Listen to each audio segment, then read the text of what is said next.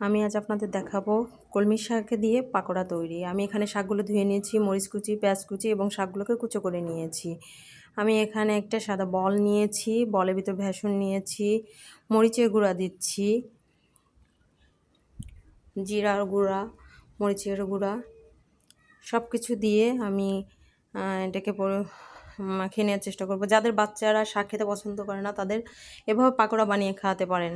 হলুদের গুঁড়া দিচ্ছি, যেহেতু আমার কাছে ধনিয়া পাতা নেই আমি তাই জিরার গুঁড়া দিচ্ছি যাতে শাকের গন্ধটা না আসে। আমি পেঁয়াজ কুচি দিয়ে দিচ্ছি। এবার আমি কাঁচামরিচ দিচ্ছি, শাক দিয়ে দিচ্ছি, শাক দিয়ে দিলাম, সবটুকু শাক দিয়ে দিলাম, কুচো করে রেখেছিলাম শাকটুকু দিয়ে দিলাম। একটু লবণ দিব, লবণ দিলাম। এবার একটু পানি দিয়ে নিলাম, পানি দিয়ে এবার আমি ভালোভাবে মেখে নেব। এটাকে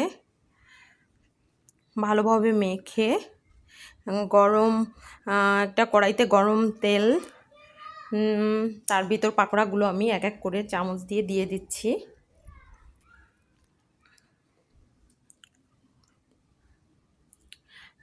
ভালো লাগলে একটা লাইক শেয়ার করে দিয়েন। আশা করি আপনাদের ভালো লাগবে। এটা তৈরি করে খেয়ে দেখেন, খুবই ভালো লাগবে। আমি এটা উল্টে নিলাম, এক পাশ হয়ে গেছে আর এক পাশ উল্টে নিচ্ছি।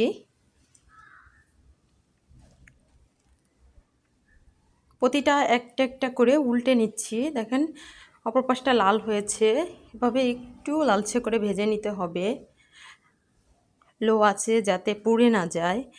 আমার পাকোড়া তৈরি হয়ে গেছে। আপনাদের ভালো লাগলে সবাইকে শেয়ার করে দিন যাতে সবাই এটা বানিয়ে খেতে পারে। আসসালামু আলাইকুম।